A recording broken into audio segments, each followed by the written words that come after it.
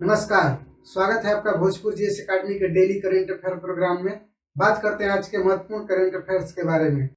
अभी हाल में पद्म भूषण प्राप्त करने वाले पहले पैरा एथलीट कौन बने हैं? Option A Devendra Jhajharia. देवेंद्र झाझारिया पद्म भूषण पुरस्कार प्राप्त करने वाले भारत के पहले पैरा एथलीट बने हैं। इन्होंने एथेंस और 2016 रियो खेलों तथा 2004 पैरा ओलंपिक में स्वर्ण और 2020 टोक्यो ओलंपिक में एक रजत पदक सहित कई पैरा ओलंपिक पदक जीते हैं।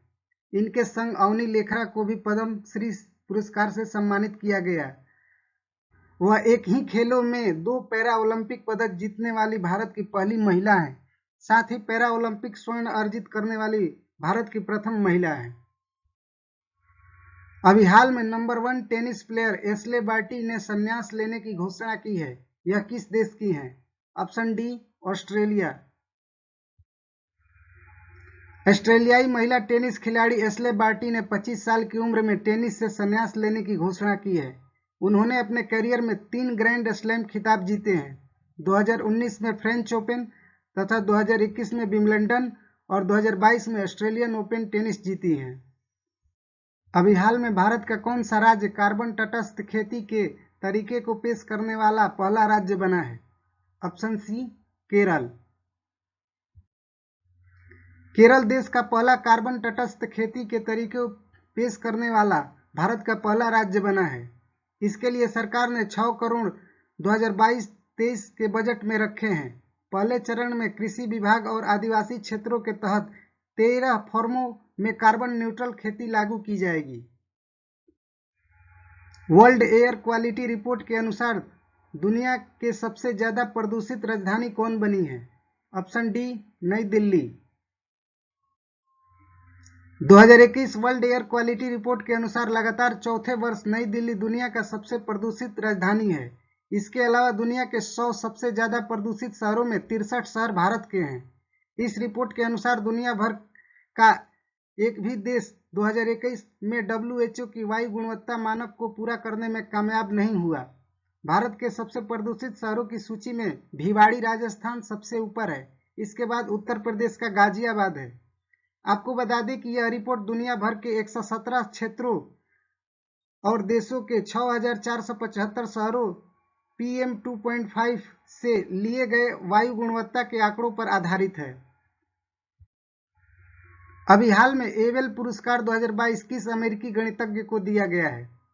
Option A Dennis Parnell Sullivan.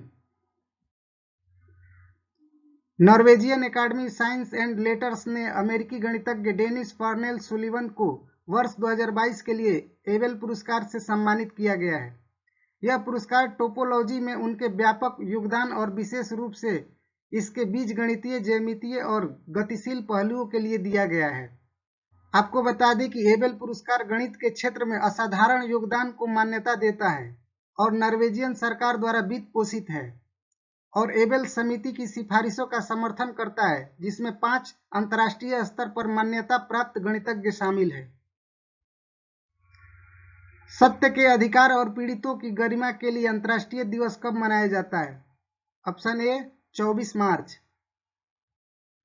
संयुक्त राष्ट्र ने 24 मार्च को सकल मानव अधिकार उल्लंघन से संबंधित सत्य के अधिकार और पीड़ित की गरिमा के लिए अंतर्राष्ट्रीय दिवस 24 मार्च को संयुक्त राष्ट्र द्वारा घोषित किया गया है। इस दिन को मनाने का उद्देश्य उन लोगों को श्रद्धांजलि देना है जिन्होंने सभी के लिए मानव अधिकारों को बढ़ावा देने और उनकी रक्षा के लिए संघर्ष में अपना जीवन समर्पित कर दिया या अपनी जान गंवा दी है। यह दिन हर साल 24 मार्च को मोनसिग्नोर ऑस्कर और अर्नुल्फो रोमेरो को श्रद्धांजलि देने के लिए मनाया जाता है, क्योंकि 24 मार्च 1980 को इनकी हत्या कर दी गई थी।